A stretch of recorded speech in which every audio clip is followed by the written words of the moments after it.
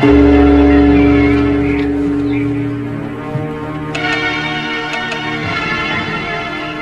pendekar dan seluruh peserta gladi kanuragan, sudah menjadi kebiasaan dari perguruan. Hari yang telah lama dinanti akhirnya tiba.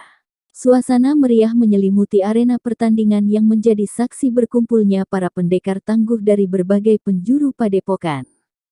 Setiap pendekar yang hadir bukanlah sosok sembarangan, mereka adalah yang terpilih, mewakili kehormatan dan nama besar perguruan mereka.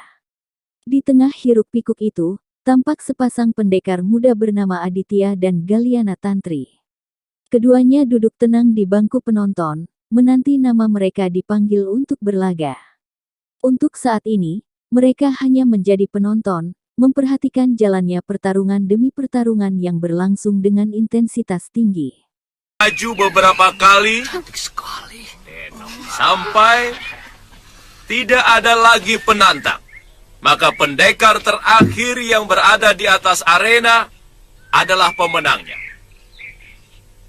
Silahkan. Oh ya, sebentar. Di kursi kehormatan kami perkenalkan Kinandaka dan Kipapaka.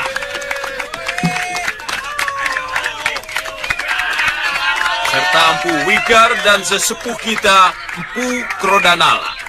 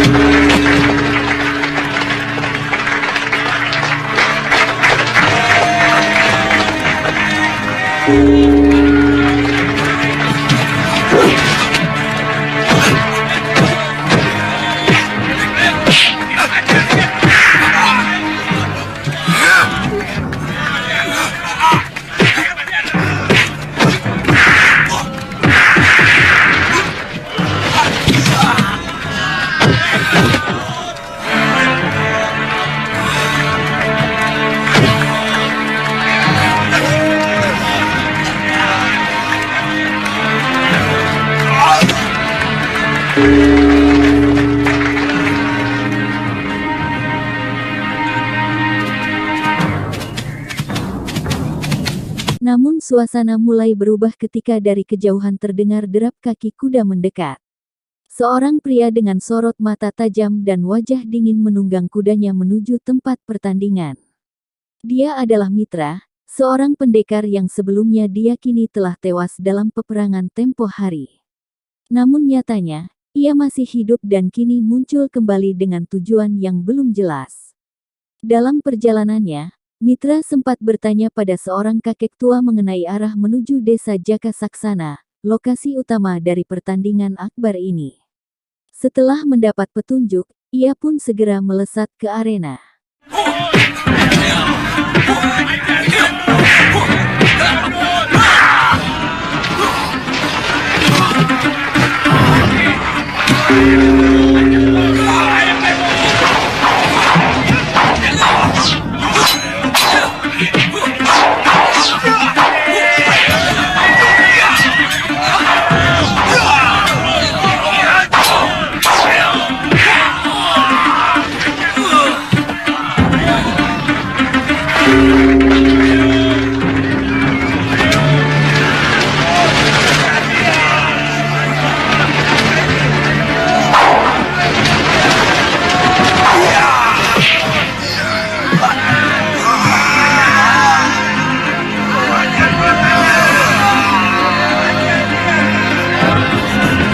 Pria Mitra. Kakak kenal dia? Waktu menumpas pemberontakan Giriwara, dia membela para pemberontak. Terus? Suliwang menyerang dia dan Nila Saroya dengan ajian inti api. Nila Saroya tewas. Tapi ternyata dia masih hidup.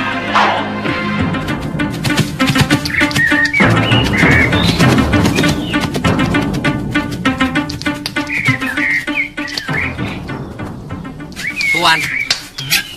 Dari tadi banyak sekali pendekar melewati jalanan ini, Tuan. Iya.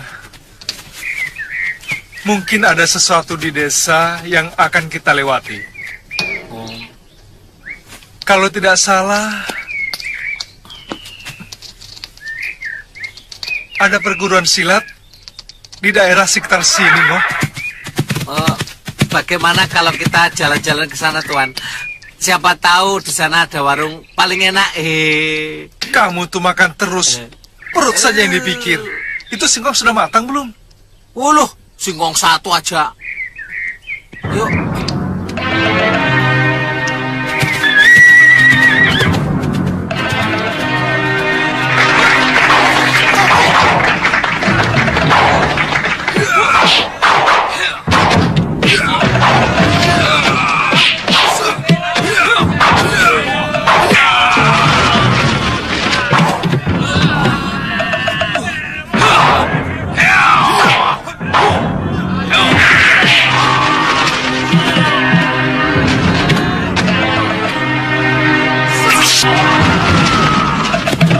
Licik!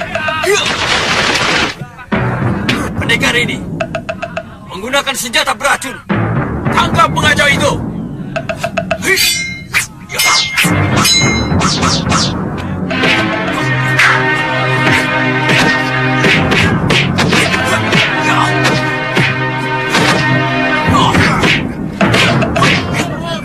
Hei anak muda, aku yakin gurumu Paranoaja tahu aturan dalam gladi kanuragan ini.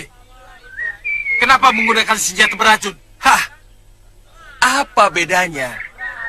Pisau itu beracun atau tidak? Hah. Dalam kenyataan pertarungan, banyak sekali penjahat yang menggunakan senjata beracun. Bukankah gladi kanuragan ini untuk menciptakan pendekar yang linui? Yang juga bisa melawan senjata beracun? Omonganmu seperti benar, Kisana. Kami memang mempersiapkan para pendekar tangguh untuk melanglang jagat, termasuk menghadapi para pendekar dengan senjata beracun.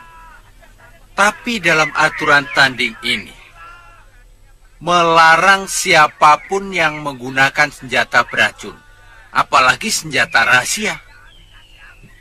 Apa alasannya, Tuan Guru? Kalau racun dan ajian sakti boleh digunakan, maka yang akan terjadi bukan semakin terkumpulnya pendekar-pendekar sakti untuk menumpas kejahatan di muka bumi, tapi malah menciptakan mayat-mayat calon pendekar. Itu urusan kalian. Urusanku adalah bagaimana memenangkan pertarungan ini. Begitu tiba di lokasi, Mitra tidak membuang waktu. Ia langsung melompat ke tengah gelanggang, menantang para pendekar dari padepokan lain. Ketika Aditya melihatnya, ia tercekat, ia mengenali wajah itu. Pria yang diyakini telah mati, kini berdiri di hadapannya, siap bertarung dengan senjata beracun di tangan. Arena ini memang mengizinkan segala jenis senjata, namun cara Mitra yang penuh niat mencelakai lawan membuat para pendekar lain geram. Merasa tidak terima, mereka pun menyerangnya secara bersamaan, memulai pertarungan tak seimbang yang menggemparkan seisi arena.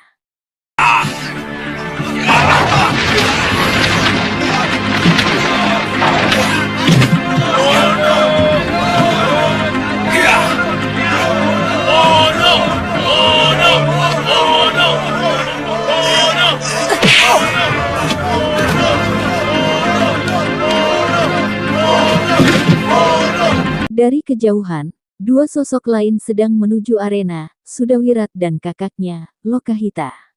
Ketika mereka melihat kericuhan yang terjadi, amarah membuncah dalam dada Sudawirat. Ia melihat kakaknya disiksa oleh para pendekar dari padepokan lain. Tanpa pikir panjang, ia langsung turun gelanggang, mencoba menyelamatkan Mitra dan Lokahita. Di tengah kekacauan itu, Sudawirat beradu mulut dengan ketua salah satu padepokan ternama. Meski lawannya adalah orang sakti mandraguna, Sudawirat tak gentar. Ia menantang sang ketua secara terbuka, dan tantangan itu pun diterima.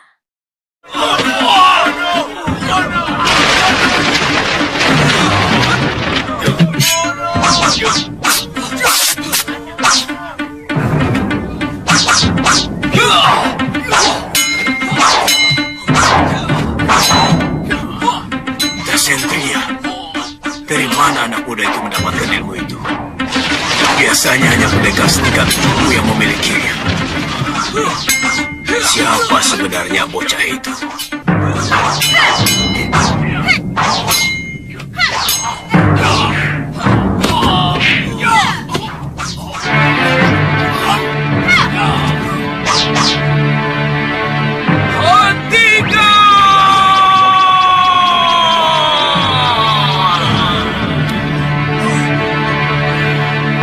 Siapa kamu? Dari perguruan mana? Aku Sudawira, tidak mewakili perguruan manapun. Kamu menggunakan ajian Dasendria. Padahal dalam gladi kanuragan ini terlarang digunakan. Kamu murid Mahasura, hah? Mahasura? Mahasura dan semua muridnya adalah musuhku. Kamu juga menggunakan jurus tongkat Kangsa Dewa. Hahaha. Jangan banyak bicara orang tua. Aku siap menghadapi siapapun. Kalian telah menyiksa kakakku. Hah? Lancang kamu. Kamu tahu siapa aku? Siapapun kamu, aku tidak peduli. Kalau kamu menerima tantanganku, turun sini, lawan aku. Pertarungan hebat tak terelakkan. Dua kekuatan besar saling bertarung dalam duel yang mengguncang arena. Dengan mengerahkan ajian pamungkasnya, Asteris Rengkah Gunung Asteris, Sudawirat berhasil mengalahkan dan bahkan membunuh sang ketua padepokan. Namun, dalam serangan tersebut, Aditya yang berada terlalu dekat turut terkena dampaknya. Tubuhnya terluka parah dan terhempas keluar arena.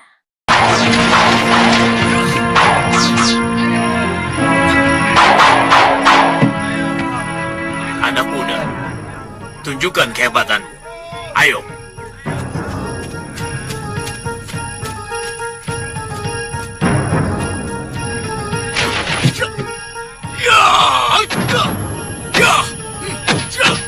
Hati-hati, Bu. Pemuda itu menggunakan ajian Rengkah Gunung.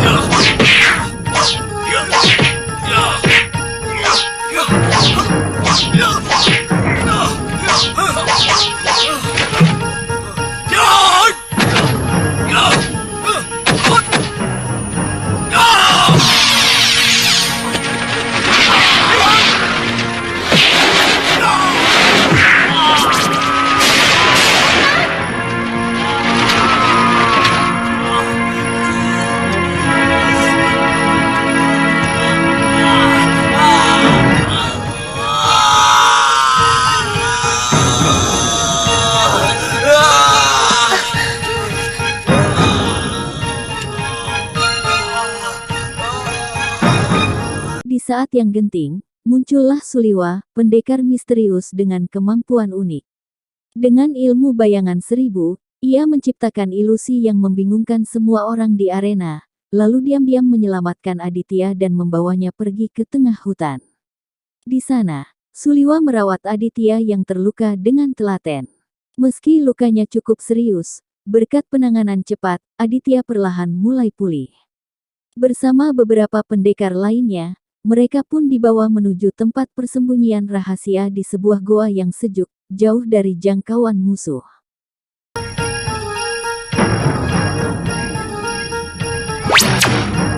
Cepat bawa Aditya.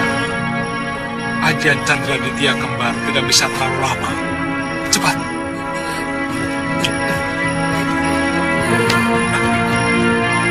Kurang ajar. Dia menggunakan sihir.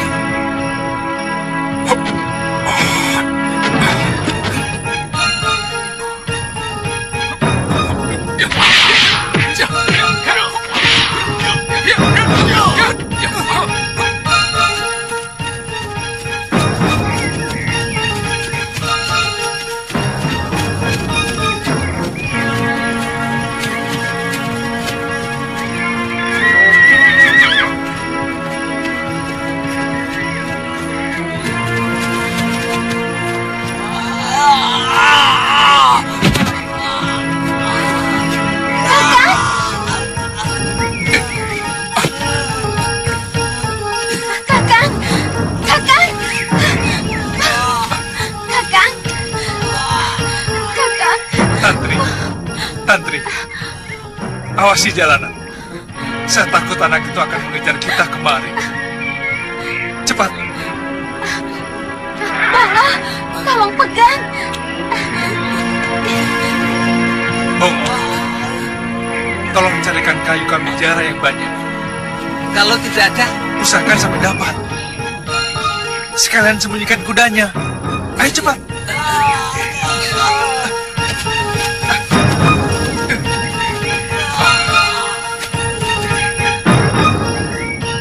Ayo, lawan aku. Sudah. Semua pendekar di sini sudah takluk padamu. Aku masih menyesal. Sudah. Suliwa, keluar kau. Sudah, Wira. Pengecut. Sudah. Paman, Wirata, kita harus segera mencari Suliwa. Ya, Paman. Kita punya dendam yang sama. Iya. Karena dia telah membunuh orang yang sama-sama kita cintai. Iya.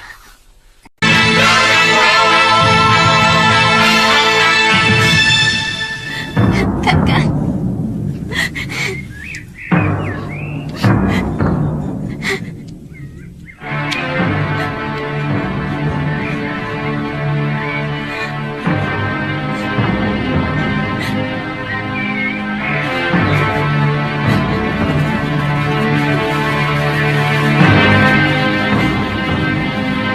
Bongo, sudah Tuan.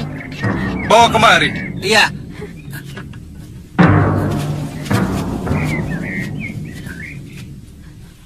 Tuan, apa masih ada harapan bisa pulih kembali? Mudah-mudahan.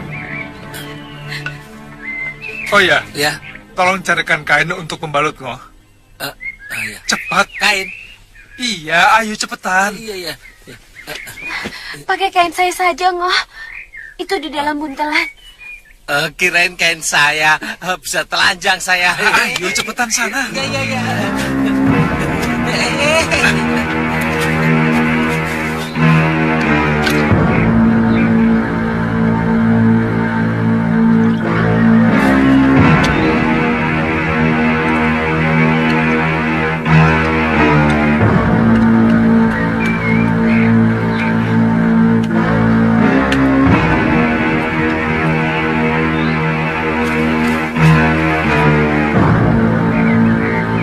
Kalau ramuan yang tadi itu untuk merangsang pembentukan tulang, sementara batang kamijara untuk menahan pembengkakan, juga mengembalikan bentuk tulang.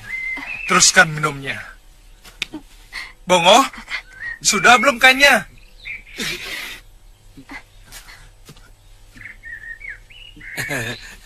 Ini Tuan. Kita menginap di gua saja Tuan.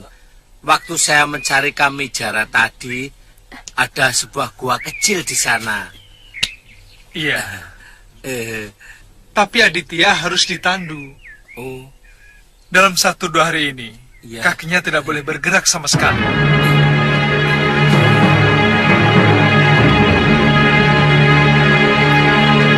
Saya semakin yakin bahwa anak itu pasti dijadikan murid oleh Durgandini. Karena yang memiliki Dasendria dan Aji Rengga Gunung adalah wanita jahat itu. Tapi jurus tongkat yang digunakan sangat saya kenal. Namun, ketenangan itu tak berlangsung lama. Dari luar goa, terdengar suara langkah mencurigakan.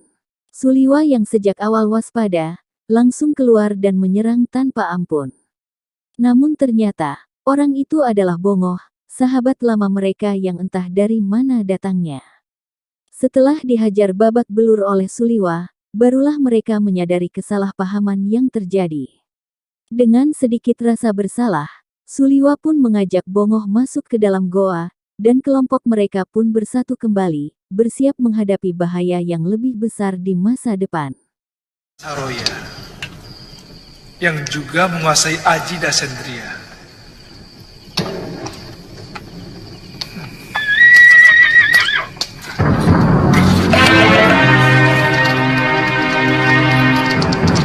Aditya, jangan.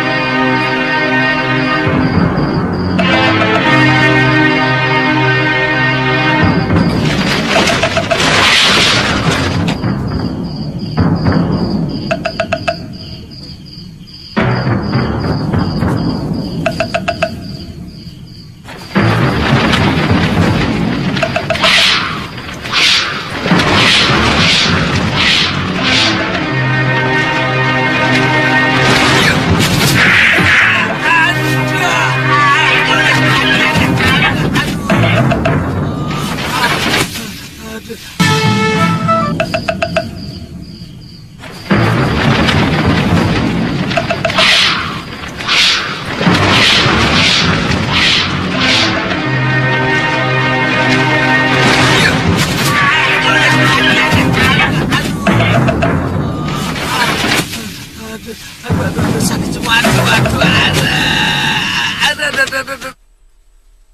Tuan, tunggu. Bongo?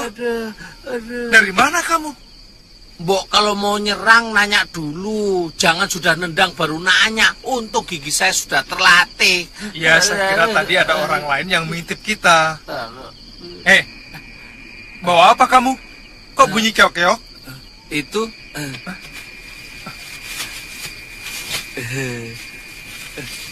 lumayan tuan buat lawuh. Dapat dari mana kamu? Pinjem sama orang kampung, tapi orang kampungnya nggak tahu. Itu namanya nyolong. Aduh, pinjem nyolong. Pokoknya besok kamu harus bayar. Bayar dengan apa tuan? Dengan gaji kamu. Makan rame-rame, gaji saya dipotong. Apa ngoh? Enggak. Ayo masuk. Ayo masuk. Iya.